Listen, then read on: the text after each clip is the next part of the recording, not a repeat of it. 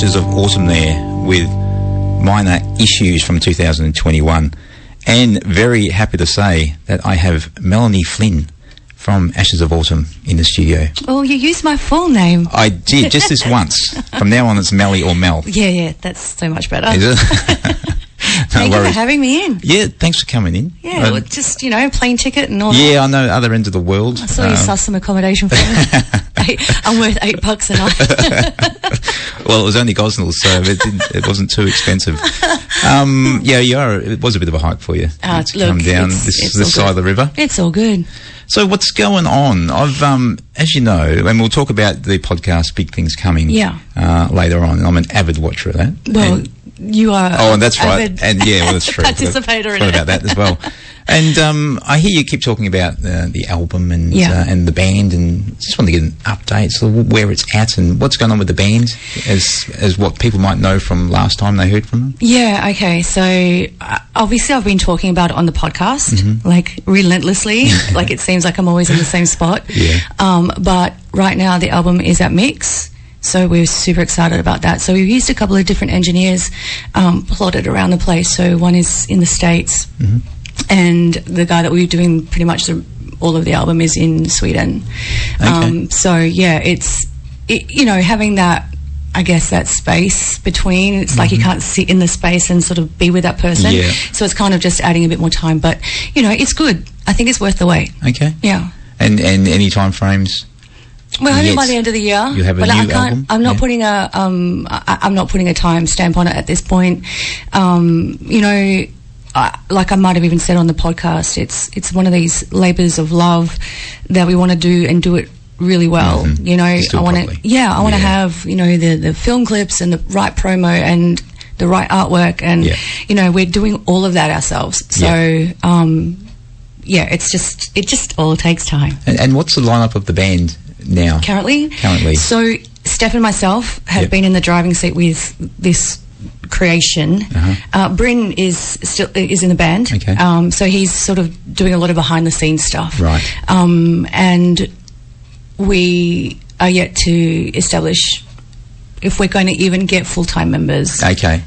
So when you do live, it'll just be session musos, perhaps? It could be. Okay. It's about finding the right people, and that, in my experience, hasn't always been the easiest thing. So they could start off as a session muso and before long absolutely, become a member of the band. And, that's kind of where my sort of outlook is at the moment. I don't say wasted. I spent a lot of time on this band, and things happen in life. People have commitments and families, and I completely understand that. So when people come in and leave, it's just kind of like that's great for them, but for me this is like my baby, I guess. So I really need to have like-minded people in the process, and if I can't find them, then I'm going to just keep the strong team players that I have.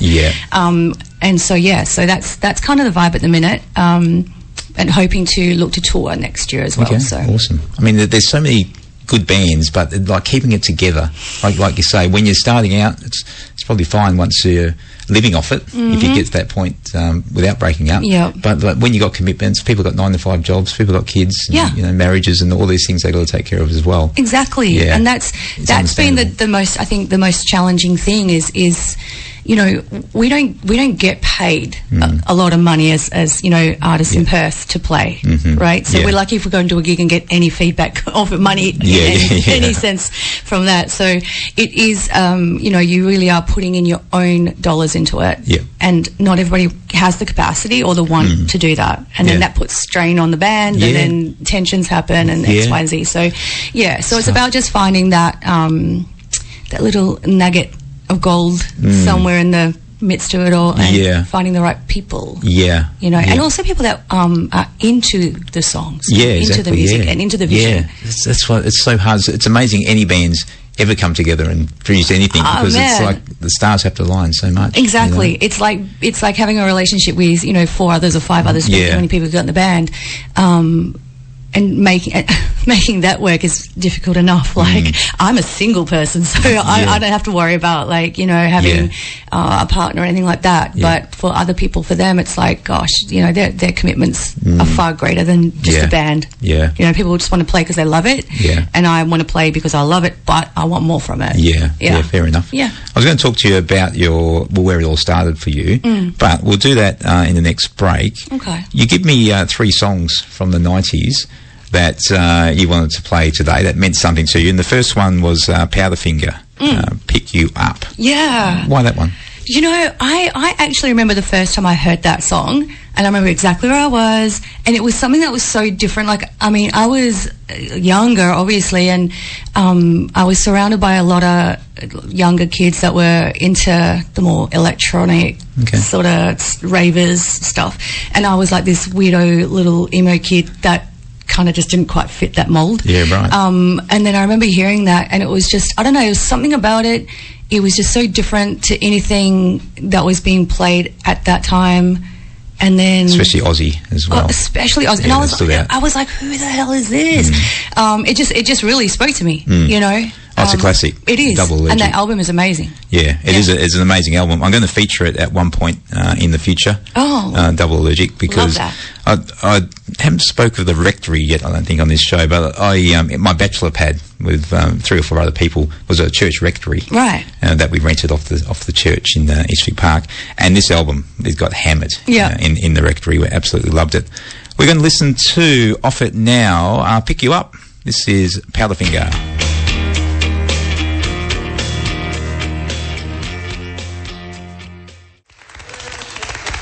That's the Vinyls there with Hey Little Boy, and before that, Baby Animals. A couple of fantastic front women there. I thought having a bombastic front woman in the studio with me. I'll play a couple. It's Susie DiMarchi and Chrissy Ampler, of course. Do they have any influence on you? Oh, of course. Like, and thank you for even putting me even close to bombastic status.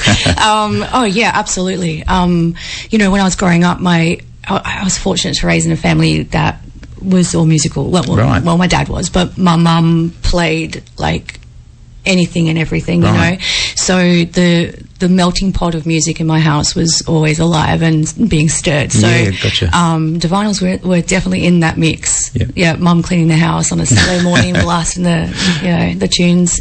And when the Baby Animals came out, it was like, you know, women in rock and women in music, we're there, you know, we're all there, but that was just something real special, you know. Especially being Perth girl as well. Of course, you know, and I mean, she's just so epic, epic. And I actually saw them, I think I might have been about 10. I can't remember exactly how old I was. And I think, somebody can text and let me know, I could be making this up, but I'm pretty sure they opened for Metallica. Oh, right, okay. I think. That's cool. Yeah. Because maybe I'm mixing up the memories, but I definitely saw Baby Animals when I was a kid and was just like, you know, gobsmacked. Because it's just incredible. Well, where was that played, do you remember? At the Entertainment Centre. Entertainment Centre. Yeah. Was that the first time there? Yeah. The first time, I was only thinking about this the other day, the first band I seen was Bon Jovi. Right. I was about 14, I think. And it just blew my mind. Yeah. Like, just when you go into that place, the atmosphere, how loud it is, just the first time you experience that. Yeah, for sure. Yeah. And like I was saying with my dad used to be a muso as well. Okay. So, you know, going to his gigs when I was a kid and like seeing that kind of like smaller, like, you know, growing up in gig areas, you know, but then seeing it in this massive sort of like, you know, stadium. It was just like, you know, what the hell? I didn't even realise it could, you know, you could expand from the little pub gigs into something like that. This definitely has a lasting impression. Oh yeah, and I think that's where that first experience of mine was where sort of that love of live music and just getting out and watching bands. There's nothing better than that. No, and you know, the great thing about it is that every experience that you have seeing a live band is so special and unique, and you hold it like deep in your memory anyways, you know what I mean? Like it never loses its shine. You know? It's always amazing. So that's now, well, you've got a podcast which is basically trying to promote the grassroots of music in WA, live music, which is what we're talking about. Yep, big things coming. Big things coming, yes. Tell us about that.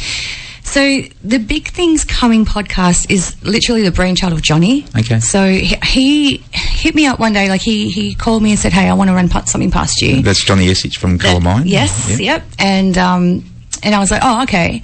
So he posed this idea, and I was like, "That's a good idea. In fact, it's a great idea. How is this going to happen?" So he's like, "Don't worry, I've got it all planned. All right, just meet me at the Rosemount this time, this day, and we'll just work it all out." I'm like, "Okay, cool."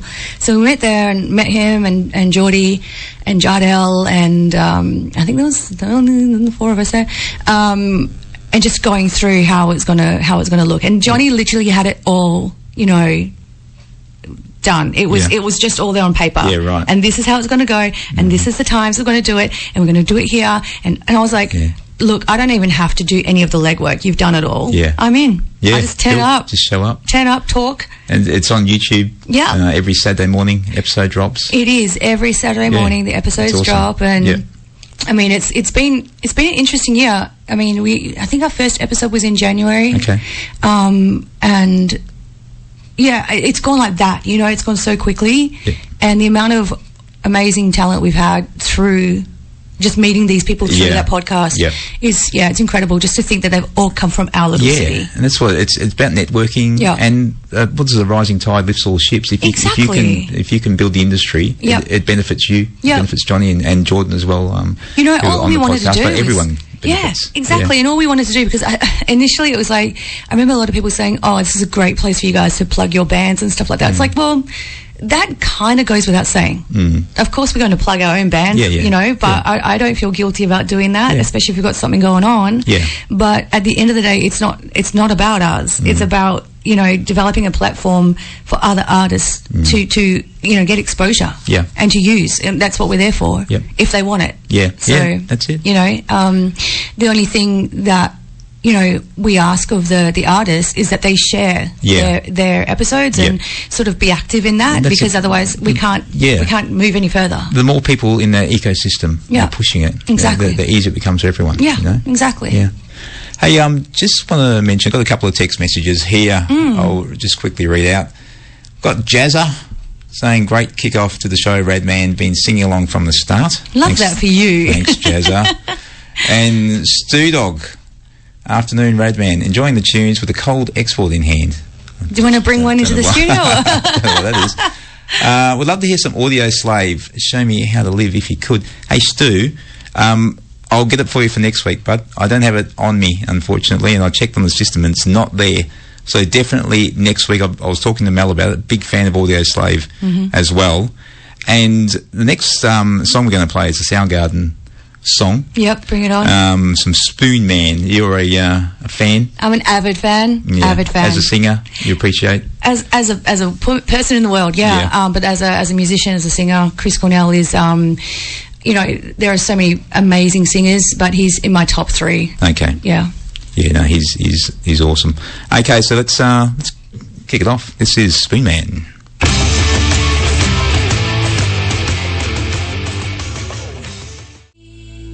Had some back-to-back Spiders there. That was Spider Bait with Calypso from 1996. Before that, David Bowie, Ziggy Stardust from the 1972 album The Rise and Fall of Ziggy Stardust and the Spiders from Mars. One of the all-time great album names. It was a mouthful. It is.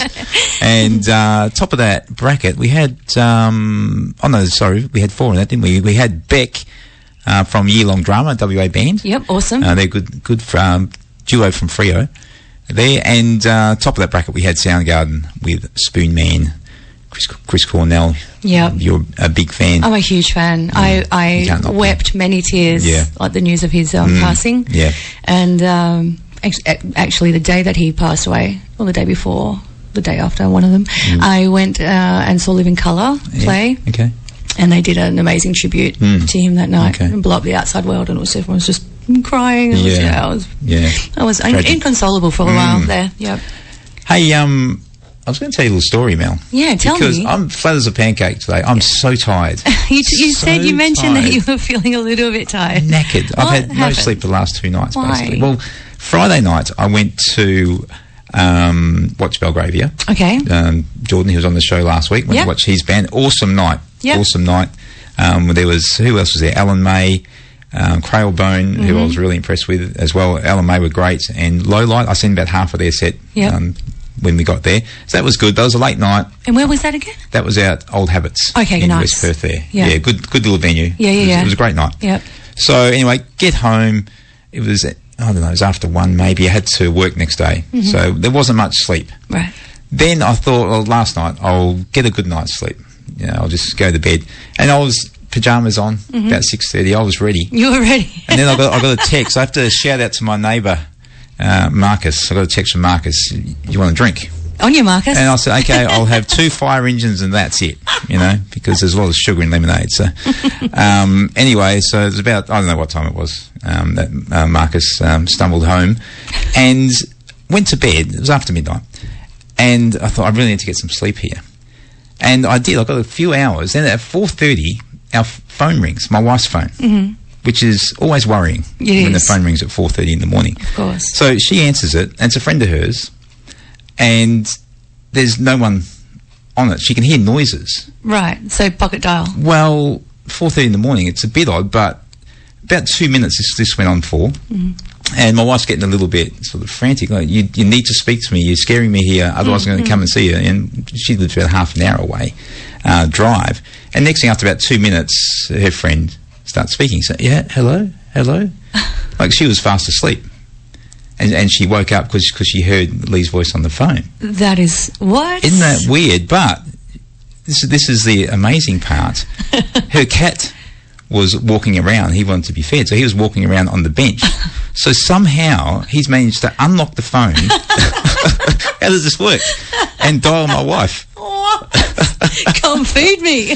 I don't know. Little savage. So he's got the code from somewhere. I don't know. And so he's rung my wife, and woke us out, and I can get back to sleep. But this is even more amazing. I don't know if this has anything to do with it, but we have a few cats, and we have a ginger cat who never comes in our room. Right. He's not, basically never, because we have another cat, and that's her space, and he never comes in, and he sleeps down the other end of the house. Yeah. Anyway, he come in our room about a minute later, and he jumped on the bed and sits between us. And I'm thinking, is he here for that phone call? Is he expecting this call? No, maybe that's a bit too far. But a cat did call us last night, and the ginger cat did come in our room. And then he started pushing me off. He likes to sleep, and so there was no sleep after that. How big is this cat of yours pushing you off? He's pretty fat, but he just stretches and then starts pushing, and you just keep moving over, and basically I'm on the edge of the bed like this. So that was my night. Well, I'm feeling for you. Night. Yeah, I'm feeling for you. So I'm a little bit knackered today, but anyway, it's 5:05 just gone. If you did want to send us a text, 0485 838 436, you can do that.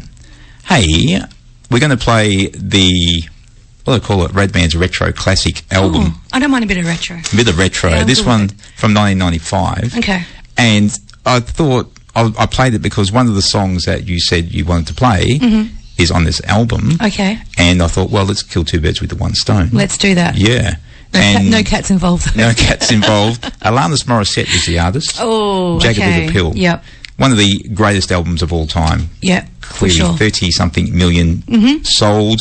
It's in the top 10 of all-time albums. And we're talking Thriller, we're talking Meatloaf, Better the Hell, Dark Side of the Moon, Impressive. Hotel California. It's in there. Yeah. And obviously it had a major impact on women singers as well, that she was on her own, no band to back her. Yeah, and, just a young chick in the world. Yeah. So what sort of impact did she have on you back then? Well, again, just being a kid at that time when that came out, but just and loving music so much that I wanted to, I had that dream of this is what I have to do. It's my calling, all that stuff as a kid. Yeah. And then when Alanis came out, it was like, she's just a normal person. Do you know what I mean? In my eyes and my childlike eyes. Yeah. And she just looks like a normal person. She doesn't look like this made-up star. She just looked really real. Yeah. And her music was very real. It was very relatable. and it just seemed like she made things achievable for a young person like me at that time. And you know, and just what I love about this album is that there's slight imperfections in her vocal. I don't know if you know what I'm like. No, I haven't noticed. So like slight imperfections that I guess, you know, other artists would have gone back and you know, polished up in the studio or something like that. But I love that there's this real rawness to that whole album, and she just belted the hell out of it, you know. And everything was just very relatable. And I mean, at that point, obviously being a bit younger, but I wasn't kind of into the angry at men thing yet. That was to come. But it kind of just was like, oh wow, this is a healthy way to unleash your anger. That's pretty awesome. Okay, cool, you go girl, you know, that sort of vibe.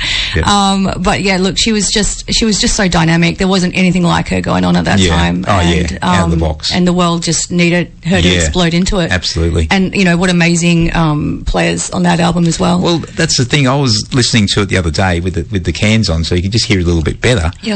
And I was listening to You Ought to Know, and I was thinking, this bass player, how good is this bass player?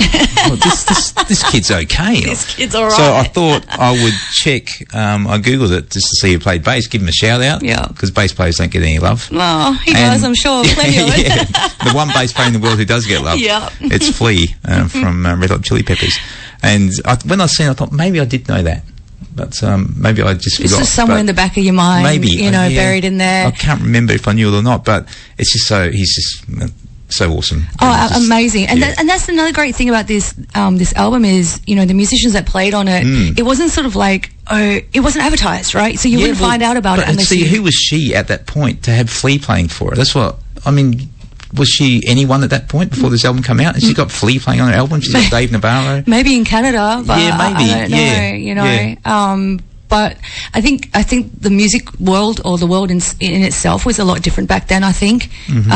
So maybe it was just like, you know, she's pretty good, go play with her, that kind of vibe, you know. Well, it's like all the stars aligned. And then Taylor on drums, Taylor Hawkins, you know, it's just an epic group of musicians on an epic album. Absolutely. It is Jagged Little Pill, 1995, and this first song is You Ought to Know. I want you to know. That's Alanis Morissette, All I Really Want. Before that, Alanis Morissette with Ironic, and top of that bracket was Alanis Morissette with You Ought to Know, all from the Jagged Little Pill 1995 classic. Every song a banger. Every single song. And then they've got that little golden hidden gem down at the very end of that. You got to keep listening to the last song. Hey, we ask all the hard-hitting questions here on the Sunday Sesh. Hit me. The hair. Oh, my hair. I want to know about the hair. Okay. It's impressive. How long has it been growing? So I've had my dreads. My hair was locked about, I think we're going into 8 years now. Okay. Yep.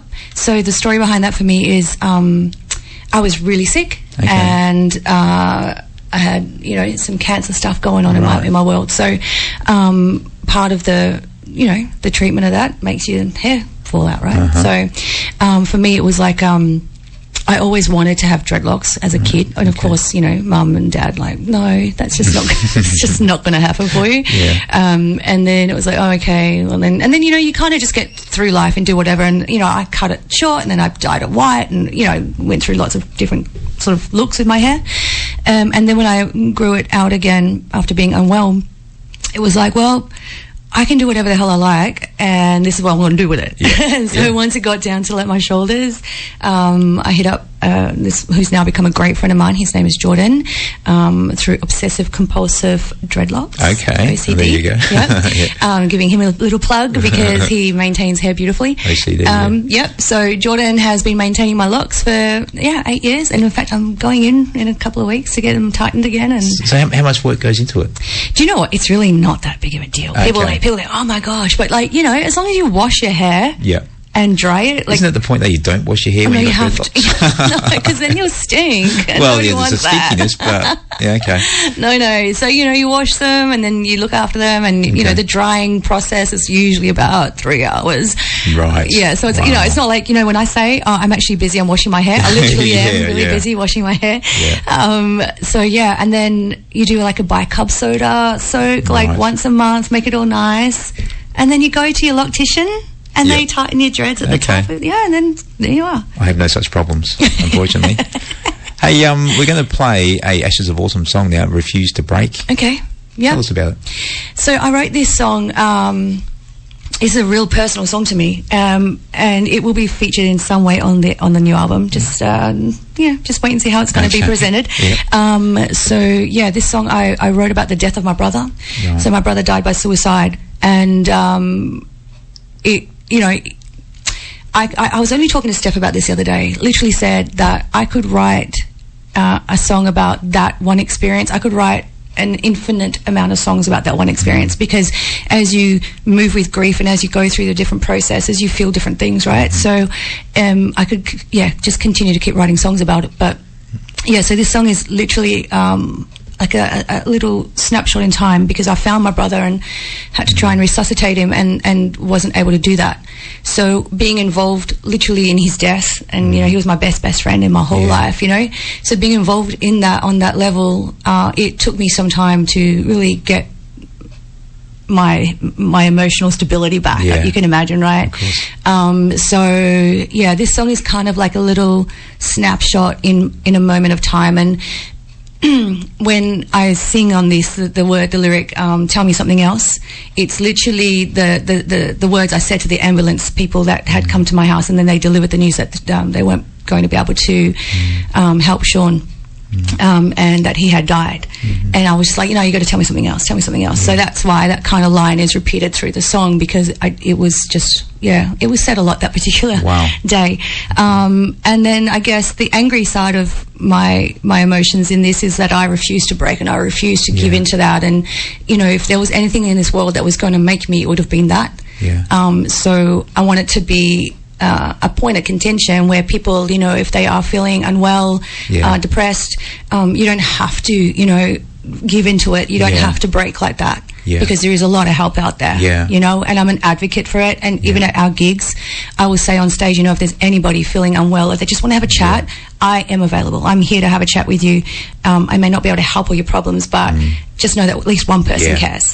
So this is kind of that sort of anthem for me. Wow, that's powerful. Yeah. Mel, I didn't know that, so I appreciate you telling me. No, that's okay. Thank you. Yeah. This is Refuse to Break, Ashes of Autumn.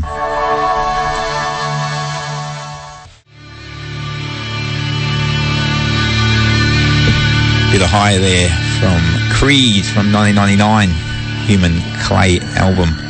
Before that we had the Hoodoo Gurus with What's My Scene, and top of that bracket, of course, we had Ashes of Autumn with their song Refuse to Break.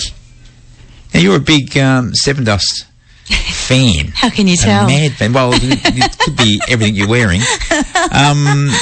And of the 3 songs that you sent through, one of them was a Seven Dust song called Black. Yes. Why? So this is the first Seven Dust song that I heard. Okay. And back in the day where we didn't have internet because it was so expensive, right? And so I had a friend who had gone over to the States, and he had been studying at the Guitar Institute in LA, and then he had come back to Australia, and we were just doing the friendly catch-ups and getting together and having a barbie and drinks and stuff. And he was like, you got to listen to some of this stuff that I've got back from there. And then he chucked this on, and I was like, wait, hold up, what is this? Like, who is this? It was just this opening riff that I hadn't heard anything like that before. Cool opening riff. Right? Yeah. And I was like, oh my gosh. And I literally became obsessed from that day onward with them. And so through my luck, I don't know how I have managed, through the years, but just stumbled across, meeting LJ, had a drink with him at the bar here in Perth when they played, and he was just like the coolest dude, and when you meet people who you admire so greatly, and they're just not so nice, and that's a real letdown. Yeah. This is the absolute opposite. He's just like the most loveliest man, and was just super humble and super just beautiful soul. Yeah. So he's like, come and have a chat to the fellas. And I was having a big old chat with them, and then they started following me on Instagram, and I don't know, it was just a weird little connection. So they're your fans now. Well, yeah. Is there more to this story? Did you actually sing? Yeah, I did a couple of times. So wow. Yeah, once here in Perth, they dragged me up on the stage, and I was like, a few vodkas in. I was like, no, I'm not down for this right now. But anyway, just get dragged up, and then again in the States as well. So, and then John had. He had a chat with me just before COVID had started, and he was going, because John is one of the guitarists, John Connolly, and he has another project on the side, which is Projected, which is something you might be interested in because it's really cool. And they were going in to record another studio album. And he had said to me, hey, when are you coming back to the States? And I was like, well, sometime soon, hopefully. And he said, let's get you in the studio and you can do some guest vocals on my new album. And I'm like, that'll be amazing. And then COVID happened, and then it just all went a bit custard. Yeah. We all know how that ended, right? Well, yeah. Yeah. So, but no, they're great. They're great mates of mine. Awesome. And this song is my incarnation. My moment to them, and that's why I wanted to play it today. Awesome. It is a cool song. This one is called Black from Seven Dust.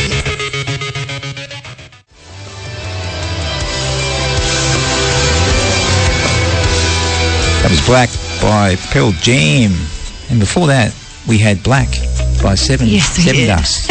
We had Black to Black. Hey, that's us. That is. Mel? Thank you so much for having me in. Thank you for coming in. It's been a pleasure. And, I just want to thank you guys for always, promoting the local scene, having our backs, looking after us, It means so much to us, and especially, from Ashes of Autumn, and I know to every other band that you guys play on this station.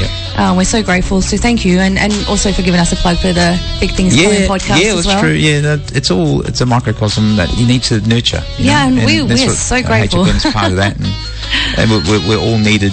Hey, just a quick one. I've got a text message from Emma. A fun fact, I was once mistaken for Alanis Morissette in the late 90s in the streets of London. Wow. It was by a group of extremely inebriated lads, but that's got to count for something, right? Thank you, Radman, and special guest, that's probably you, Mel, thanks, for Emma. Brightening my day. I love that. Isn't that nice? Thanks, I love Emma. that. No worries. Well, that's about us. Oh, we've got a minute. Okay. We'll talk about it for a minute, anything? Just go out with a bit of Joe Satriani. We can go with Joe. Yeah, no worries. I love a bit of Joe. And we've got Keith coming up next with Kaleidoscope, so make sure you stick around for that. Keith is the font of all knowledge around HFM. I'll be back next Sunday from 4 o'clock, so do join us then and tell your friends. Yep. We'll see you then. See you then. Bye.